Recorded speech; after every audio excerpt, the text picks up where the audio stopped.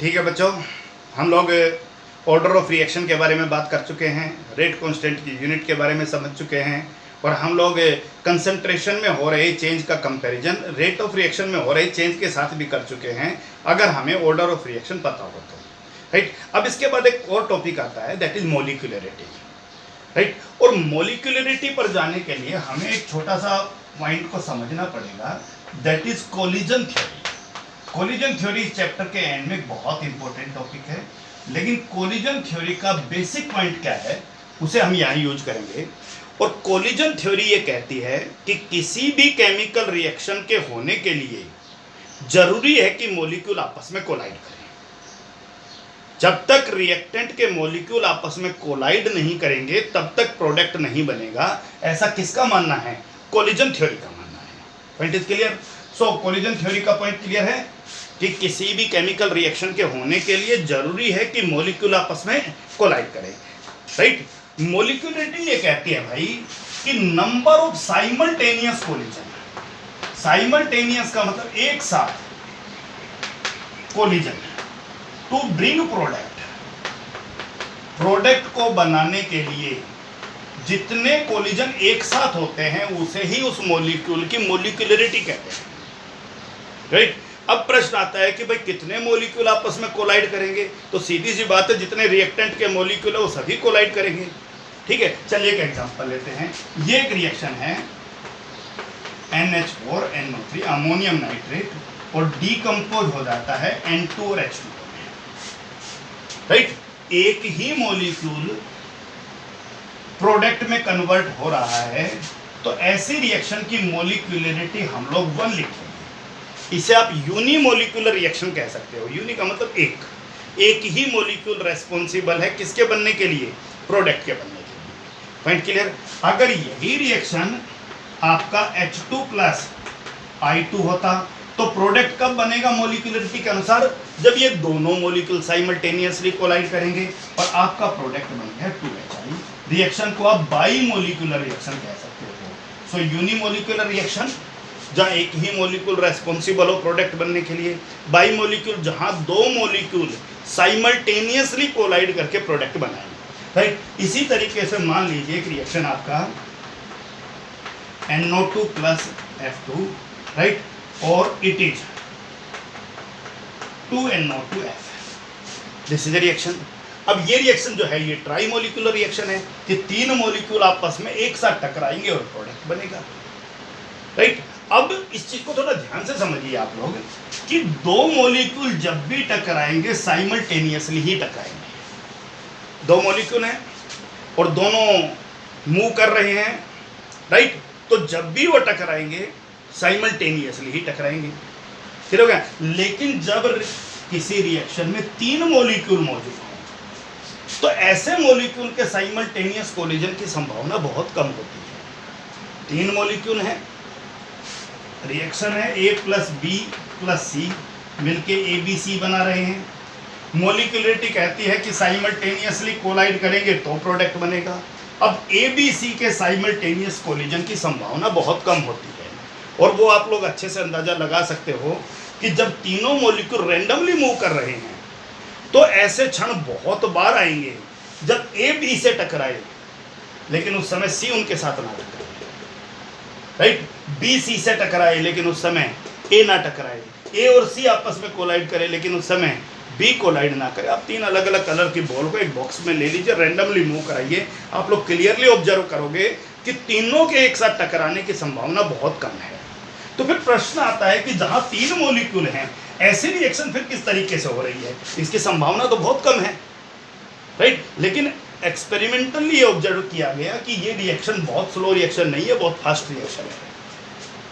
अब प्रश्न ये आता है भाई कि मॉलिक्यूलरिटी कह रहा है कि प्रोडक्ट तब बनेगा जब सारे मॉलिक्यूल एक साथ टकराएंगे। राइट, और हमारा नॉलेज ये कह रहा है कि 3 मॉलिक्यूल के एक साथ टकराने की संभावना बहुत बहुत कम होती है। अब हम मॉलिक्यूलरिटी के द्वारा सुझाया गया जो स्टेटमेंट है उसको अपोज कर रहे हैं। पॉइंट क्लियर है? मॉलिक्यूलरिटी क्या कह रही है? सभी मॉलिक्यूल एक साथ कोलाइड करके प्रोडक्ट बनेंगे। राइट, और ये रिएक्शन क्या सजेस्ट कर रही है भाई, 3 मॉलिक्यूल है, 3 एक साथ टकराए, इसके अकॉर्डिंग 3 एक साथ टकराए तो प्रोडक्ट बने, लेकिन 3 के एक साथ टकराने की संभावना बहुत कम है।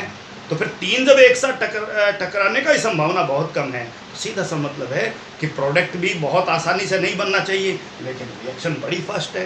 तो आखिर क्यों फास्ट है उस पर बात करेंगे। और एक और रिएक्शन लिखता हूँ आपके लिए मैं, ठीक है, एक रिएक्शन और है।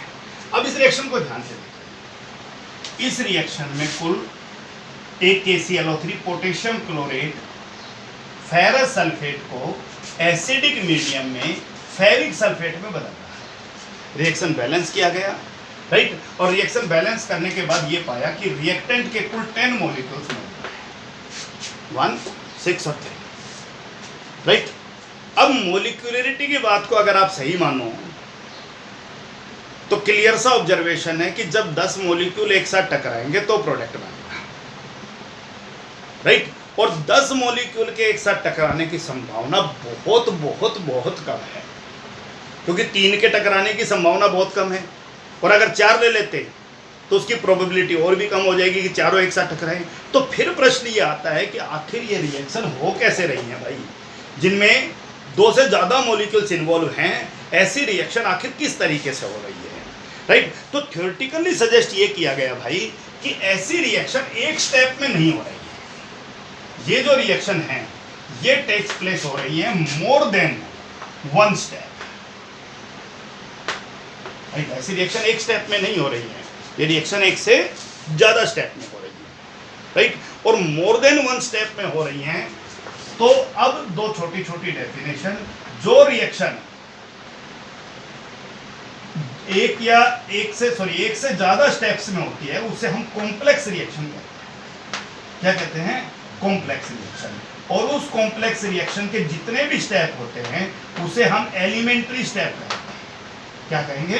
Elementary step, right. मान लीजिए एक रिएक्शन 2 स्टेप में हुआ तो उसमें 2 एलिमेंट्री स्टेप है और वो मिलकर उस कॉम्प्लेक्स रिएक्शन को बनाएंगे। तो किसके बारे में बात किया कि जिन रिएक्शंस में बहुत सारे मॉलिक्यूल का इन्वॉल्वमेंट है, थ्योरेटिकल हमारा ऑब्जर्वेशन है कि सभी मॉलिक्यूल एक साथ नहीं टकरा सकते हैं या उनकी संभावना बहुत बहुत कम है। तो फिर ऐसी रिएक्शन को कंप्लीट होने के लिए एक से ज़्यादा स्टेप्स का सहारा लेना पड़ेगा। तो जितने भी वो स्टेप्स होते हैं वो सारे स्टेप्स क्या कहलाते हैं? एलिमेंट्री स्टेप्स कहलाते हैं। क्लियर हो गया? तो जो रिएक्शन एक से ज़्यादा स्टेप में होती है उसे कॉम्प्लेक्स रिएक्शन कहते हैं, और उस कॉम्प्लेक्स रिएक्शन के जो इंडिविजुअल स्टेप्स होते हैं उन्हें एलिमेंट्री स्टेप्स कहते हैं, राइट। अब होगा क्या, देखिए कि एक रिएक्शन एक से ज़्यादा स्टेप में होगी तो वो रिएक्शन फास्ट हो जाएगी। और कैसे हुआ कि ये रिएक्शन फास्ट कैसे हुआ? A+B और मिलके ABC फास्ट कैसे बना है? क्योंकि तीनों तो एक साथ नहीं टकराएंगे। तो एक संभावना दी कि एक क्षण ऐसा आया जब AB ने टकरा कर क्या बना दिया? AB। और फिर A और B नहीं रहा, फिर AB हो गया। और AB किसके साथ टकराया? C के साथ, और प्रोडक्ट क्या बन गया? ABC। क्लियर हो गया? तो ये जो रिएक्शन है ये दोनों स्टेप्स इसके एलिमेंट्री स्टेप है, और इस रिएक्शन को आप क्या कह सकते हो? कॉम्प्लेक्स रिएक्शन कहलाते हो। क्लियर है? कॉम्प्लेक्स रिएक्शन क्यों कह रहे हो? क्योंकि ये रिएक्शन एक से ज़्यादा स्टेप्स में हो रही है, राइट। अब जो रिएक्शन एक से ज़्यादा स्टेप्स में होती है, मान लीजिए उसमें 2 स्टेप है, 3 स्टेप है, 4 स्टेप है, उस रिएक्शन की स्पीड को डिटरमाइन करने का काम उस रिएक्शन का स्लोएस्ट स्टेप करेगा। उस रिएक्शन का स्लोएस्ट स्टेप करेगा उस रिएक्शन की स्पीड को डिटरमाइन करने का काम, राइट। इसको आप यूं भी समझ सकते हो कि एक फैक्ट्री है और वो डेली पेन बनाने का फैक्ट्री है, राइट। और वो फैक्ट्री 1000 तो रिफिल तैयार करती है और 500 उसके कवर तैयार करती है। So total production of pen in this industry 500। Clear सी बात है भाई, जब तक कवर नहीं बनेंगे तब तक तो पेन, राइट, रिफिल भले 1000 के 2000 बन जाएं, राइट। तो कौन सा स्टेप फास्ट है? डेफिनेटली रिफिल बनने वाला स्टेप फास्ट है। स्लो स्टेप कौन सा है? कवर बनने वाला स्टेप स्लो है। रिएक्शन कब पूरा होगा? जब कवर तैयार हो जाएंगे, राइट। घर में मान लीजिए आपके घर में आपको बहुत भूख लगी है तो 2 मेंबर्स ने मिलकर डिसाइड किया कि चलो रोटी और सब्जी तैयार कर लेते हैं, राइट। अब आप के दोनों मेंबर्स रोटी और सब्जी बनाने में लगे और रोटी बनने में पहला रोटी तैयार हो गया 2 मिनट में, मान लीजिए 5 मिनट लगा लीजिए, 5 मिनट में रोटी तैयार है, लेकिन सब्जी बनने में 15 मिनट लग रहा है। अब रिएक्शन की रेट स्लोवेस्ट स्टेप का वेट करेगी। जब तक स्लो स्टेप पूरा नहीं होगा तब तक रिएक्शन कंप्लीट नहीं होगी। क्लियर हो गया? तो 3 छोटी छोटी चीज़ें समझ लीजिए कि रिएक्शन की रेट हमेशा स्लोवेस्ट स्टेप पर डिपेंड करती है। तो अब तक क्या पढ़ा उसको पूरे को दोबारा से मैं रिपीट कर रहा हूँ। कोलिजन थ्योरी ये कहती है भाई कि किसी भी केमिकल रिएक्शन के होने के लिए एसेंशियल है कि मॉलिक्यूल आपस में कोलाइड करें। मोलिकुलरिटी ये कहती है कि number of simultaneous collision to bring product, right. अगर किसी रिएक्शन में एक ही मॉलिक्यूल का इन्वॉल्वमेंट है, यूनिमोलिकुलर, 2 मॉलिक्यूल का इन्वॉल्वमेंट है बाई मॉलिक्यूलर, 3 का ट्राई मॉलिक्यूलर, 3 से ज़्यादा को पॉलीमोलिकुलर रिएक्शन कह सकते हो, राइट। अब हमें इतना भी समझ में आ गया कि एक मॉलिक्यूल प्रोडक्ट बना देगा, कोई दिक्कत नहीं है। 2 भी टकराएंगे, जब भी टकराएंगे साइमल्टेनियसली ही टकराएंगे, कोई दिक्कत नहीं है। लेकिन 3 के साइमल्टेनियस टकराने की प्रोबेबिलिटी कम है। तो फिर आखिर 3 मॉलिक्यूल जहां शामिल हैं, ऐसी रिएक्शन किस तरीके से पूरा होगा? और अगर किसी रिएक्शन में 4 मॉलिक्यूल इन्वॉल्व हैं तो चारों के एक साथ टकराने की संभावना और भी कम हो गई। फिर ये रिएक्शन कैसे होगी? और अगर किसी रिएक्शन में 10 मॉलिक्यूल हैं तो आप ये कहो जी 10 के एक साथ टकराने की संभावना तो बहुत बहुत बहुत कम है। लेकिन लेबोरेटरी में ऐसी रिएक्शन भी बहुत फास्ट होती है, राइट। फिर ये रिएक्शन हो किस तरीके से रही हैं? तो सजेस्ट किया गया भाई, थ्योरेटिकली सजेस्ट किया गया कि ऐसी रिएक्शन एक से ज़्यादा स्टेप्स में, राइट। जो रिएक्शन एक से ज़्यादा स्टेप्स में होती हैं उनको कॉम्प्लेक्स रिएक्शन कहते हैं। पॉइंट क्लियर है? और कॉम्प्लेक्स रिएक्शन के जितने भी स्टेप्स होते हैं उनको एलिमेंट्री स्टेप्स कहते हैं। उन एलिमेंट्री स्टेप्स में चाहे वो 2 हों, 3 स्टेप हों, 4 स्टेप हों, जो सबसे स्लोवेस्ट स्टेप होगा वही रेट को डिटरमाइन करेगा। रिएक्शन की रेट उसी के ऊपर डिपेंड करेगी। क्लियर हो गया पॉइंट? तो अभी हम कुछ छोटे छोटे एग्जांपल्स को लेकर इसे और समझने की कोशिश करते हैं। एक रिएक्शन देखिए, 2A + B will give you C, और A2B लिख लीजिए, कोई दिक्कत नहीं, C + D लिख लीजिए, जो भी प्रोडक्ट बनता है वो कोई, राइट। ये केमिकल रिएक्शन है, राइट। रेट वाला एक्सप्रेशन सजेस्ट कर रहा है कि rate of reaction is equal to K A⁻0 और लास्ट क्लास में हमने बात कर लिया था, राइट। डिपेंड तो करेगा रिएक्टर्स के ऊपर, लेकिन जरूरी नहीं है कि जो पावर हो वो स्टोइकोमेट्रिक कोफिशिएंट ही हो, वो उससे कम ज़्यादा हो सकती है, राइट। सो आप लोग A की 0 भी हटा सकते हो, D भी लिख सकते हो, क्योंकि A की रेज़ टू पावर 0 = 1 ए पर डिपेंड नहीं कर रही है। ये सबको पता है भाई, ये एक एक्सपेरिमेंटल रिजल्ट है। रेट लॉ तो एक्सपेरिमेंटल लॉ है, हमने पढ़ा था लॉ ऑफ मास एक्शन और rate law. Law of mass action theoretical था और रेट लॉ एक्सप्रेशन एक्सपेरिमेंटल था, राइट। अब प्रश्न आता है कि इस रिएक्शन में रिएक्शन की रेट किस पर डिपेंड करती है? तो रेट लॉ तो एक्सपेरिमेंटल है, इसका मतलब इसके डाटा तो बिल्कुल क्लियर है, इसके डाटा बिल्कुल क्लियर है। इसका मतलब ये हुआ कि स्लोवेस्ट स्टेप यानी रिएक्शन की रेट केवल B पर डिपेंड कर रही है, A पर तो डिपेंड ही नहीं कर रही है। अब आप देखिए दोनों चीजों को मिक्स कर रहे हैं, राइट। एक्सपेरिमेंटल रिजल्ट जो कह रहा है उसी से हम थ्योरेटिकल रिजल्ट की तरफ चलेंगे। ठीक हो गया? अब मैं मान लीजिए 2 रिएक्शन लिखता हूँ यहाँ पर और आपसे पूछा गया कि इनमें से कौन सा मैकेनिज्म सही है, राइट। और वो आपके स्टेप्स हैं। ये बहुत अच्छा क्वेश्चन पूछा गया किसी एक साल कि A + E B मिलके C + E बना रहे हैं। E कोई भी एक इंटरमीडिएट होगा और उसके बाद A + E मिलके D बना रहे हैं, राइट। यानी C स्टेप पे बन गया था, D स्टेप पे बन गया था, E जो यहाँ बनाया वो कंज्यूम हो गया रिएक्शन के दौरान, इंटरमीडिएट था। और रिएक्शन के बारे में लिखा कि ये स्लो स्टेप है और ये फास्ट स्टेप है, और फिर प्रोडक्ट बन गया आपका।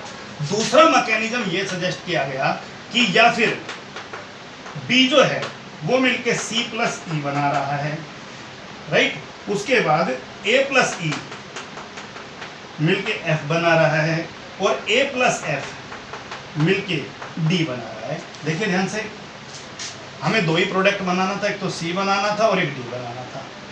E यहाँ एक्स्ट्रा बना, यहाँ यूज हो गया, F यहाँ एक्स्ट्रा बना, यहाँ यूज हो गया। ये इंटरमीडिएट्स होते हैं जो खत्म हो जाते हैं रिएक्शन के दौरान। अब प्रश्न आता है भाई कि इनमें से कौन सा मैकेनिज्म ज़्यादा ठीक है। तो हम लोगों को मैकेनिज्म का आइडिया थ्योरेटिकली नहीं मिलेगा, एक्सपेरिमेंटल रिजल्ट पे चलेगा। और हमें एक बात पता चला भाई कि, और इनका स्टेप भी लिख देता हूँ, रिएक्शन में लिखा है ये पहला स्टेप स्लो है और ये भी फास्ट स्टेप है और ये भी फास्ट है। अब आप यहाँ देख के बताइए रिएक्शन की रेट किस पे डिपेंड करती है? क्या ए पे करती है? नहीं करती है। क्या बी पे करती है? करती है। क्या आप इस पूरे स्टेटमेंट को सही मानोगे? बिल्कुल सही मानोगे। क्यों सही मानोगे? क्योंकि ये एक्सपेरिमेंटल है। इसका मतलब ये हुआ कि रिएक्शन की रेट किस पर डिपेंड कर रही है? बी पर डिपेंड कर रही है। और आप सबको पता है भाई slowest step rate determine step होता है। इस मैकेनिज्म का स्लोवेस्ट स्टेप कह रहा है कि रिएक्शन की रेट ए और बी दोनों पे डिपेंड कर रही है, और इस रिएक्शन का स्लोवेस्ट स्टेप कह रहा है कि रेट ऑफ रिएक्शन बी पर डिपेंड कर रही है। बताइए कौन सा मैकेनिज्म सही है? डेफिनेटली नीचे वाला मैकेनिज्म सही है, राइट। तो आप लोगों को ध्यान रखना है, भी बहुत सारे मैकेनिज्म कराऊंगा, ध्यान रखना है कि रेट ऑफ रिएक्शन, रेट लो जो आइडिया देता है वो आप लोगों को स्लोवेस्ट स्टेप में दिखाई देना चाहिए। बात खत्म है। रेट लॉ जिस चीज को रिप्रेजेंट करता है वो रिएक्शन के आपको स्लोवेस्ट स्टेप में ही दिखाई देना चाहिए। ये क्लियर है? क्योंकि ये एक्सपेरिमेंटल है और बिल्कुल जस्टिफाइड है, और ये कह रहा है भाई कि स्लोवेस्ट स्टेप ही रेट डिटरमाइन स्टेप है, राइट। तभी तो थ्योरेटिकल डाटा जो है वो एक्सपेरिमेंट को जस्टिफाई कर पाएगा। अभी अगर ये गलत हो गया तो इसका सीधा सा मतलब है ये सारा ही स्टेप गलत हो जाएगा। आप इसको सही मान लोगे तो ये दोनों ही एक दूसरे को कंट्रावर्ट कर रहे हैं। क्लियर हो गया? तो ये एक बहुत इंपॉर्टेंट पॉइंट था। अभी बहुत सारे छोटे छोटे मैकेनिज्म पे बात करते हैं। चलिए कुछ छोटे छोटे मैकेनिज्म करते हैं। रिएक्शन है 2NO2 प्लस F2 और 2NO2F। ध्यान रखना रिएक्शन बैलेंस जरूर होना चाहिए। स्टोइकोमेट्री का बड़ा रोल है आपका। और रेट लॉ सजेस्ट करता है rate of reaction is equal to K NO2 और F2।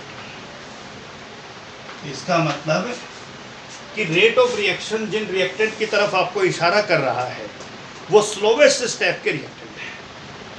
क्लियर हो गया? क्योंकि इन्हीं के ऊपर रेट डिपेंड करेगा। अब इसका मैकेनिज्म लिखना है कि स्लो स्टेप क्या होगा और फास्ट स्टेप क्या होगा। अभी हम जितना भी एग्जांपल्स लेके चलेंगे वो 2 स्टेप की रिएक्शन के ही लेके चलेंगे, और ओवरऑल रिएक्शन आप सबको पता है that is 2NO2 plus F2 is equal to 2NO2F, right. आप लोगों को स्लो स्टेप के रिएक्टेंट भी पता है जो यहां से मिलेंगे हमेशा रेट लॉ से। बोलिए NO2 प्लस F2, इसके बाद आपको नहीं पता चला, लेकिन यही सबसे इंपॉर्टेंट था, राइट। ध्यान रखिएगा।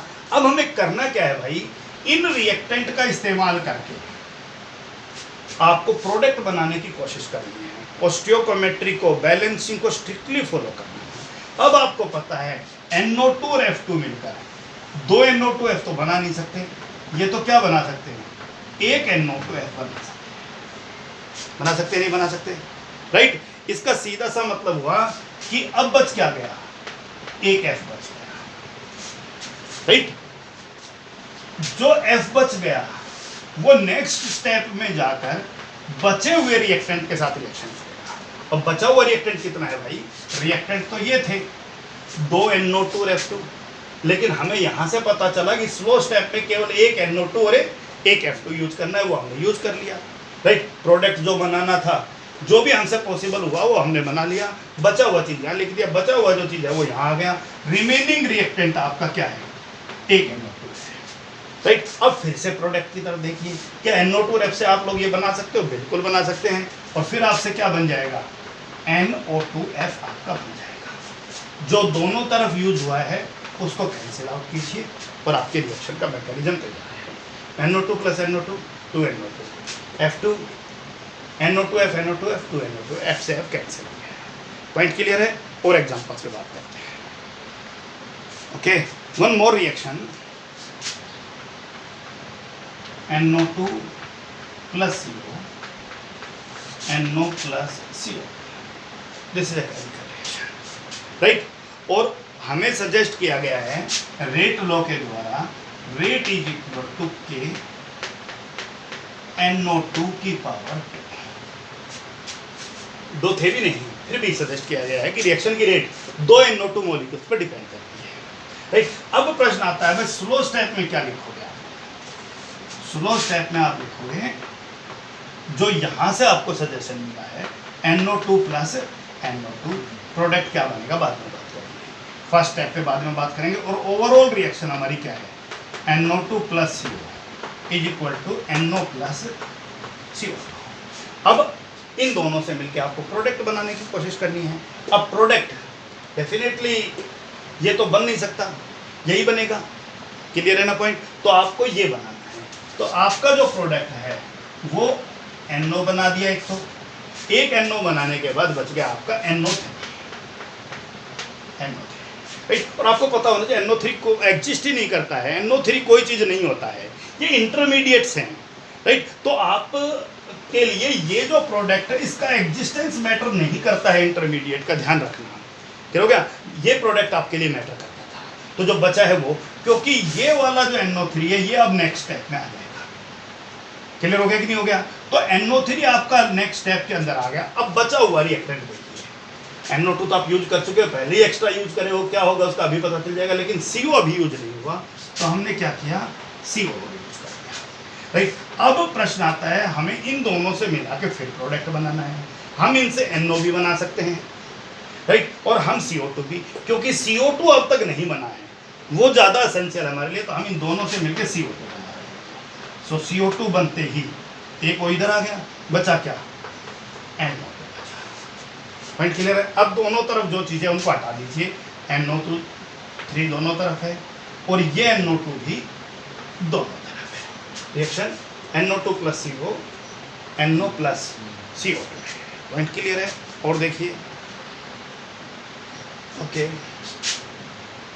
एक और reaction 2N2O5 is equal to 4NO2 plus O2, this is reaction, right. और रेट लो कह रहा है कि rate of reaction is equal to K and it depends upon N2O5, this right, दिख रहा है? फर्स्ट ऑर्डर रिएक्शन है, okay. अब प्रश्न आता है भाई कि स्लो स्टेप क्या रहा होगा? स्लो स्टेप के लिए ये नहीं देखना, ये देखना है। एक N2O5 ही रिएक्शन की रेट को डिटरमाइन करने का काम करेगा। N2O5 क्या बनेगा अभी बात कर लेते हैं, फर्स्ट स्टेप पे बात कर लेंगे। और प्रोडक्ट क्या होगा, 2N2O5 4NO2 प्लस O2। अब N2O5 से आप NO2 भी बना सकते हो और O2 भी बना सकते हो। NO2 बना लीजिए, वरना N आपको अलग करना पड़ेगा, आपके लिए सबसे आसान है, राइट। और आप बहुत इजीली 2NO2 बना सकते हो, इधर 2NO2 प्लस एक ऑक्सीजन हो गया, राइट। अब ये ऑक्सीजन आपके पास एक्स्ट्रा है, प्लस में बचा हुआ रिएक्टेंट है एक N2O5, अब आपको O2 बनाना है, बहुत एसेंशियल, और 2 NO2 भी बनाने हैं। आप सबको पता है यहाँ बनेगा ही क्या, 2NO2 बनेगा और O2 भी बनेगा, क्लियर है, राइट। अब बोलिए भाई, O से O cancel, right, 2NO2 2N2O5 2N2O5, okay, 2 2 4 और O2, राइट। कोई स्टूडेंट कहता सर हमें अगर एक NO2 बनाते तो क्या दिक्कत आती? तो भी कोई दिक्कत नहीं आती है, आपका मैकेनिज्म नहीं बदलेगा, बनाइए आप NO2 प्लस NO3, राइट। अब बचा हुआ रिएक्टेंट N2O5 है और यहाँ से आप NO3 जो है वो एक्स्ट्रा है, राइट। अभी आपको 3 NO2 और बनाने हैं, लास्ट स्टेप है, तो 3 NO2 बनाइए, राइट, और प्लस में O2, देखिए 3 N और 3 O2 6 5 और 1 6 और एक तो अपने हाथ में जाएगा, कैंसिल क्या करेंगे, NO3 से NO3। तो ये जो आप बना रहे हो ना इंटरमीडिएट, ये कुछ भी बना सकते हो, इस पर कंफ्यूज नहीं होना है आपको किसी भी हालत में। पॉइंट क्लियर है या नहीं है? तो ये भी ध्यान रखना रिएक्शन आपका क्या था और किस पॉइंट तक आप लोग पहुंच गए हो, राइट। और देखिए, one more reaction for this is 2NO plus 2H2, 2NO plus 2H2 and will bring you N2 plus 2H2, N2 plus 2H2, right? And rate of reaction is equal to K, and given that it is NO की power 2 and H2 की power 1, right? ये अब मामला आता है भाई slow step, right? सबको पता है स्लो स्टेप यहाँ से मिलेगा, NO 2 हैं और H2 1 है, प्रोडक्ट बना लेंगे। फर्स्ट स्टेप हमें नहीं पता, फर्स्ट स्टेप ओवरऑल रिएक्शन आपकी क्या है, 2 NO plus 2H2 that is N2 plus 2H2। अब प्रश्न आता है भाई कि क्या आप इन रिएक्शन से प्रोडक्ट बना सकते हो? बिल्कुल ठीक है, आप H2O बना सकते हो, राइट? और आप N2 भी बना सकते हो। अभी दोनों प्रोडक्ट आपके पास बन जाएंगे, राइट? अब दोनों प्रोडक्ट में एक प्रोडक्ट को आपको इधर लेके आना है, ये ध्यान रखना। आप लोग ऐसा भी कर सकते हो कि N2 बना सकते हो, H2O नहीं बनेगा यहाँ पर, ध्यान रखना, दो हैं, सो N2 प्लस H2 और 2, राइट? क्या फालतू बन गया? H2O। एज यूजुअल क्या करना है, इसको इधर लेके आना है। पॉइंट क्लियर है भाई? बचा हुआ रिएक्टेंट क्या है आपका, बोलिए क्या है? H2 है, क्या होगा बोलो, प्लस में H2, क्या हो जाएगा, एक H2 और H2O2, क्या बनाएंगे, 2H2, 4 hydrogen 2 oxygen, 4 hydrogen 2 oxygen. Clear है पॉइंट? कैंसिल करिए, H2O2 cancel, H2O2, 2NO 2H2 N2 2H2, this is right. One more reaction is H2O2 in the presence of I negative iodide catalyst, right, will bring you H2O plus O। Clear है? पहला काम as usual reaction को क्या करना है भाई, balance करना है, right? So this is the balance reaction and rate law suggest that rate of reaction is equal to K and it is given that H2O2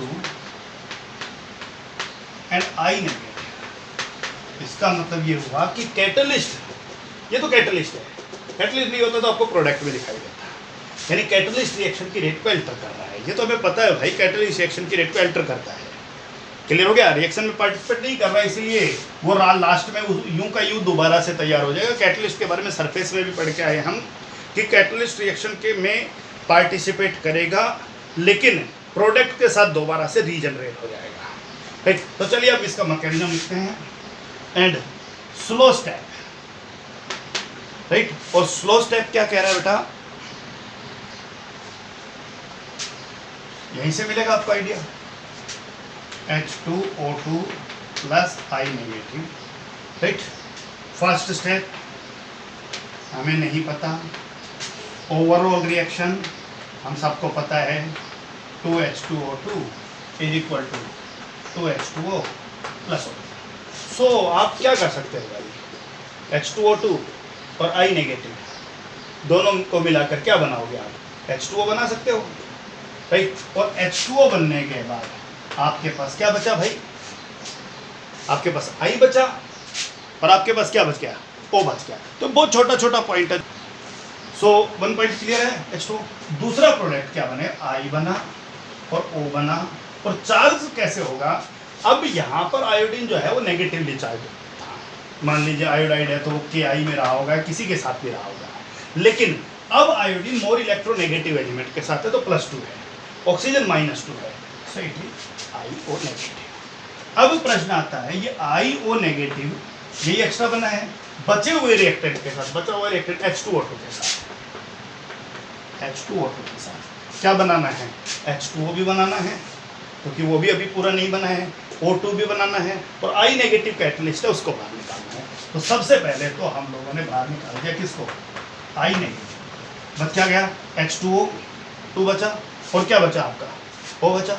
अब आपका क्या बन जाएगा, बोलिए, एक H2O बन गया और एक O2 बन गया। H2O2 से एक H2O बन गया, एक O बचा, एक O इसके साथ O2 बन गया और I नेगेटिव बन गया। जो एक्स्ट्रा है उनको हटाइए, I negative, I negative, I negative, I negative. So this is the simple mechanism for right. तो प्रैक्टिस करिएगा भाई, बहुत आसान टॉपिक था, मॉलिक्यूलरिटी एक थियोरेटिकल टॉपिक था राइट, लेकिन आपको इसमें बहुत सारी चीज़ों के बारे में समझ बना कि कोई भी थियोरेटिकल टॉपिक एक्सपेरिमेंटल रिजल्ट के बगैर पॉसिबल नहीं है, उसी को जस्टिफाई करेगा। यहाँ पर हमारा सारा खेल इस एक्सपेरिमेंटल रिजल्ट पे चल रहा था जो रेट लॉ हमें सजेस्ट कर रहा था। अब एक बहुत छोटा सा क्वेश्चन आता है कि what is the difference between order of reaction and molecularity of reaction. एक क्वेश्चन बहुत बार पूछा गया है, ऑर्डर ऑफ रिएक्शन और मॉलिक्यूलरिटी ऑफ रिएक्शन में डिफरेंस क्या है। तो पहला डिफरेंस तो भाई हमेशा ही डेफिनेशन होता है right. Order of reaction and molecularity, and order is defined as sum of power in rate law expression, while molecularity is number of simultaneous collision to bring product. Point is clear? So first point is clear right. Order of reaction experimental law है, क्योंकि ये rate law expression में power का सम, और rate law expression में जो power है वो एक्सपेरिमेंटली डिटरमाइंड है। So order of reaction experimental concept है राइट, जबकि मॉलिक्यूलरिटी एक पूरी तरह से थियोरेटिकल कॉन्सेप्ट है राइट। किसी भी रिएक्शन का ऑर्डर जीरो हो सकता है, हमने देखा था जीरो ऑर्डर रिएक्शन देखा है हमने राइट, लेकिन मॉलिक्यूलरिटी जीरो नहीं हो सकती। मॉलिक्यूलरिटी जीरो का मतलब, मॉलिक्यूलरिटी में डिफाइन कीजिए, नंबर ऑफ साइमल्टेनियस कोलिजन, कितने मॉलिक्यूल एक साथ टकराएंगे। जीरो का मतलब जीरो मॉलिक्यूल एक साथ टकराएंगे, नॉट पॉसिबल। सो इट भी जीरो नहीं हो सकता राइट। नेगेटिव भी हो सकता है, लेकिन नेगेटिव मॉलिक्यूल एक साथ नहीं टकराएंगे, आप सबको पता है, नॉट पॉसिबल। फ्रैक्शन हो सकता है ऑर्डर राइट, मॉलिक्यूलरिटी फ्रैक्शन भी नहीं हो सकता है। क्यों नहीं हो सकता है भाई? क्योंकि जब भी दो मॉलिक्यूल है तो वो दोनों ही एक साथ टकराएंगे, ऐसा नहीं होगा कि वो डेड टकराया। दो बॉल हैं और उन दोनों बॉलों को टकराने दीजिए, अब वो टकराई है तो दोनों ही टकराई है राइट, 1.5 नहीं कहोगे हमको। सो ये आपका फ्रैक्शन भी, तो पॉइंट क्लियर है भाई कि ऑर्डर नेगेटिव नहीं हो सकता, जीरो नहीं हो सकता, फ्रैक्शन नहीं हो सकता, सॉरी हो सकता है, जबकि मॉलिक्यूलरिटी ये तीनों चीज़ें नहीं हो सकती। ऑर्डर जीरो हो सकता है, नेगेटिव हो सकता है, फ्रैक्शन हो सकता है, मॉलिक्यूलरिटी जीरो नहीं हो सकती, नेगेटिव नहीं हो सकती राइट, और फ्रैक्शन नहीं हो सकती। पॉइंट क्लियर है या नहीं है? और लास्ट पॉइंट जो इम्पोर्टेंट भी है कि मोलिकुलरिटी ऑफ रिएक्शन में जहां मल्टीपल स्टेप्स होते हैं वहां ऑर्डर निकालने के लिए स्लोवेस्ट स्टेप के रिएक्टेंट का ही सहारा लिया जाएगा। भाई हम लोग यही तो कर रहे थे कि एक रिएक्शन है, मान लीजिए बहुत अच्छा क्वेश्चन में लिख रहा हूं यहाँ पर, 2NO + 2H2, 2NO + 2H2 and it will bring N2 + 2H2, N2 + 2H2 right, slow step, and slow step is 2NO will give you N2O2, N2O2 okay. First step is N2O2 plus H2, N2O2 plus H2, that is N2O plus H2. Another point is clear. One more step is given, N2O plus H2O, N2O plus H2O, and that will give N2 plus H2O, N2 plus H2O. ये सो आपसे पूछा है कि rate law लिख के दिखाइए, तो आप सबको पता है। अब आपको यहाँ फोकस नहीं करना, फर्स्ट पे यहाँ फोकस नहीं करना, फोकस आपको यहाँ करना है कि रिएक्शन की रेट 2NO मॉलिक्यूल पर डिपेंड करती है। सो रेट लॉ लिखिए, rate of reaction is equal to K और NO की पावर 2। कौन से ऑर्डर की रिएक्शन है? सेकेंड ऑर्डर की रिएक्शन है। रेट कांस्टेंट की यूनिट सेकेंड ऑर्डर के लिए आप लोग लिख सकते हो। So hopefully the point is clear. तो इस तरीके से आप लोग रिएक्शन को लिख पाओगे कि भाई किस तरीके से स्लो स्टेप जो है वो रेट को डिटरमाइन करने वाला स्टेप है, ठीक है। तो इस तरह के क्वेश्चंस, अगर टिपिकल बनाया ना एग्जामिनर ने तो यही बनाएगा ध्यान रखिएगा, राइट। एक क्वेश्चन और कर लेते हैं।